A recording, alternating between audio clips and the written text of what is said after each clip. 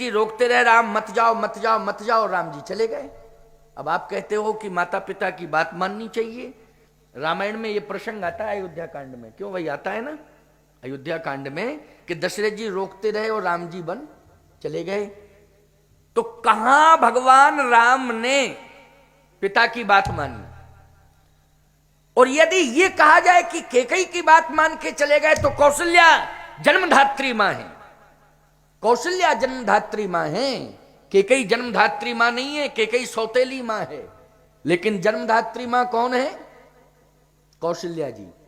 तो कैकेयी कह रही थी, कहने देते कैकेयी को, लेकिन कौशल्या की बात पर विचार करना चाहिए था, महाराज दशरथ की बात पर विचार करना चाहिए था। जब परमात्मा स्वयं माता पिता की बात नहीं मान रहा है, तो आप किस प्रकार से कह रहे हैं, कैसा संदेश दे रहे हैं, किस तरह की से आप उपदेश दे रहे हैं, ये क्या प्रमाण है? अब समझने का फेर है। हम लोग रामायण को पढ़ते तो हैं, लेकिन रामायण के मर्म को नहीं समझते हैं। यही शंका हो जाती है, शंका यही होती है। इसी का समाधान इस सनातन धर्म के मंच से, प्रमाणित मंच से किया जाता है। इसलिए ये रामचरितमानस सम्मेलन, संत सम्मेलन, भागवत सम्मेलन, गीता सम्मेलन, वेदांत सम्मेलन आदि आदि जो सम्मेलन इसलिए कराए जाते हैं, वस्तुतः सम्मेलन इसलिए कराए जाते हैं कि जो जनमानस भ्रमित हो रहा है, इसके भ्रम को दूर किया जाए, इसलिए ये सत्संग किया जाता है।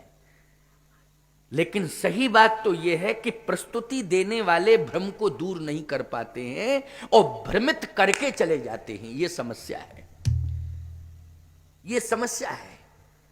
ऐसा करना नहीं चाहिए। आज तमाम प्रकार के उपदेश हो रहे हैं, पता नहीं किस किस तरह से लोग व्याख्याएं कर रहे हैं और क्या क्या बता रहे हैं लोगों को, लेकिन परंपरा क्या है समझिए इसको, सुनिए जरा। भगवान राम ने कैकेयी मां की बात मानी, कौशल्या मां की बात मानी, सुमित्रा मां की बात मानी, और अपने पिता महाराज श्री दशरथ की बात मानी, और चारों की आज्ञा लेकर के ही भगवान बन गए, चारों की आज्ञा लेके। अब बस अंतर यह कि हम लोग पढ़ नहीं पा रहे हैं, समझ नहीं पा रहे हैं, पढ़ तो रहे हैं लेकिन समझ नहीं पा रहे हैं, इसलिए हम समझा रहे हैं। माता पिता के प्रति समर्पित हो जाओ। भगवान राम वो ब्रह्म है, निर्गुण निराकार ब्रह्म सगुण साकार बन के जब प्रकट होता है, तो दुनिया को यह संदेश देता है कि मातृ पितृ भक्ति करनी चाहिए। गुरुदेव की भी आज्ञा का पालन किया, श्री वशिष्ठ जी महाराज की आज्ञा का पालन किया भगवान राम ने। इस भ्रम का निवारण हो जाना चाहिए। भगवान राम कैकेयी मां से पूछ रहे हैं, पिताजी के दुख का कारण क्या है, बताएं आप। मोहि कहू मातु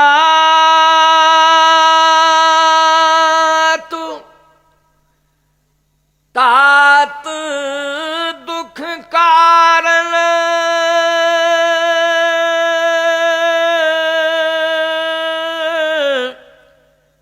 ओ करिए जतन जहि हो निवारण, करिए जतन जहि हो निवारण। हे मां, आज मेरे पिताजी मूर्छित क्यों पड़े? कष्ट किस बात का?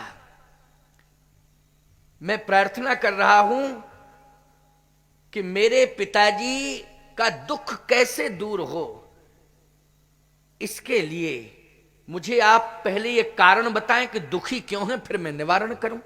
पहले कारण समझूं, क्योंकि बेहोश पड़े नहीं, पिताजी से पूछ लेता, लेकिन आप बताएं कि कारण क्या है, तब मैं निवारण करूं। कैकेयी ने कहा, राम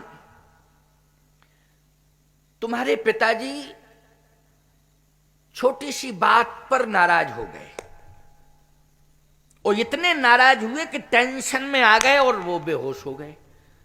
थोड़ा ज्यादा टेंशन होता है तो बेहोशी आ जाती है, क्यों भाई, आ जाती कि नहीं? इसलिए मैं एक बात जरूर कहता हूं, पति पत्नी जब अकेले में बात कर रहे हो तो दोनों को सावधानी बरतना चाहिए। तीसरा कोई है नहीं, पति पत्नी है, और बात कर रहे हो तो दोनों को सावधानी बरतना है। कहीं ऐसी बात ना हो जाए, पत्नी ना कह दे कि पति टेंशन में ज्यादा आ जाए, कहीं पति पत्नी से ऐसी बात ना कह दे कि पत्नी टेंशन में आ जाए। क्यों भाई? स्थिति तो यहां बिगड़ जाती है कि पत्नी की बात पति सुनता है तो बेचारा टेंशन में आता है और बेहोश हो जाता है, लेकिन पति के द्वारा पत्नी अगर कहीं टेंशन में आ गई तो वो सीधी बेहोश होश नहीं होती, सल्फासा ही खा लेती है बस, जब ज्यादा टेंशन में आती। क्यों भाई? यही कंडीशन होती कि नहीं होती? और फिर ऐसी कंडीशन में पूरा घर बर्बाद हो जाता है। बोलो, हो जाता है घर बर्बाद कि नहीं? और बहुत गलत तरीके से घर बर्बाद होता है प्यारे। इसलिए चाहिए राम कथा सुन करके ये डिसीजन लो, निर्णय लो कि आपस में बात तो हम करें लेकिन संतुलन न बिगड़ने पावे, संतुलन बना के चलें। क्यों भाई? यही होना चाहिए कि नहीं? समाज में भी आपस में यदि बातचीत हो रही हो तो बातचीत तो होना चाहिए, लेकिन बातचीत इस तरह की नहीं होनी चाहिए कि संतुलन बिगड़ जाए। संतुलन कैसे बने, इसके लिए राम कथा सुनो। राम कथा इसलिए सुनना चाहिए, रोज रामायण घर में पढ़ना चाहिए।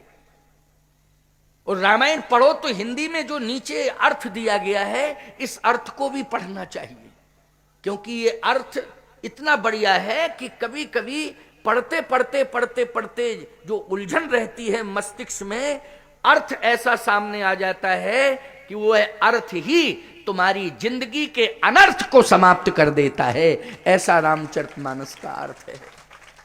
इसलिए रामायण को जरूर पढ़ना चाहिए। माता जी आप बताएं, आपसे मेरी प्रार्थना है कि कहीं ने कहा छोटी सी बात पर नाराज हो गए। भगवान राम ने कहा नहीं, ऐसा हो नहीं सकता। थोरे बात पितहि दुख भारी, होत प्रतीत न मोहि महतारी। थोड़ी सी बात पर पिताजी को दुख हो जाए, ये मुझे विश्वास नहीं हो रहा है। बात कोई बड़ी है, अगर छोटी सी बात है तो बताओ छोटी सी बात है क्या? केकई ने कहा राम, बात यह है कि तुम्हारे पिताजी कह रहे हैं कि मैं राम को राजा बना रहा, और मैंने ये कहा कि राम को राजा मत बनाओ, क्योंकि राम को राजा बनाना राम के विकास में अवरोध पैदा करना है, ये मैंने कहा। राम को, केकई कह रही है इस बात को कि राम को राजा बनाना राम के विकास में अवरोध पैदा करना है, राम के व्यक्तित्व में अवरोध पैदा करना है। इसलिए मैं चाह रही हूं कि राम को राजा मत बनाओ। अच्छा माता जी, फिर क्या हुआ?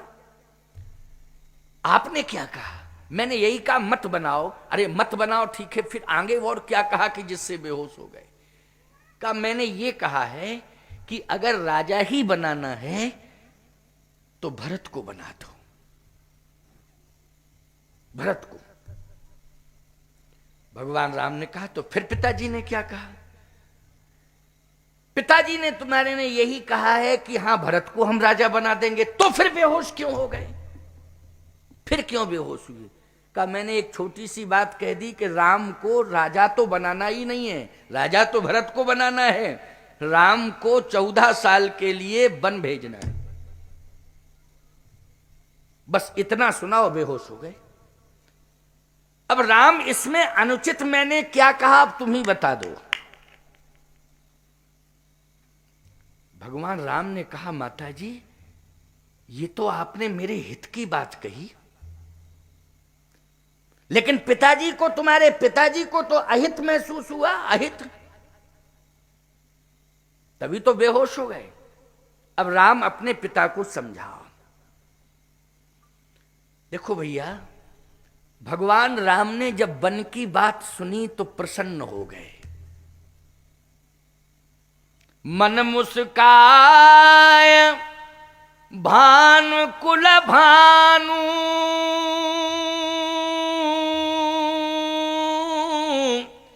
राम सहज आन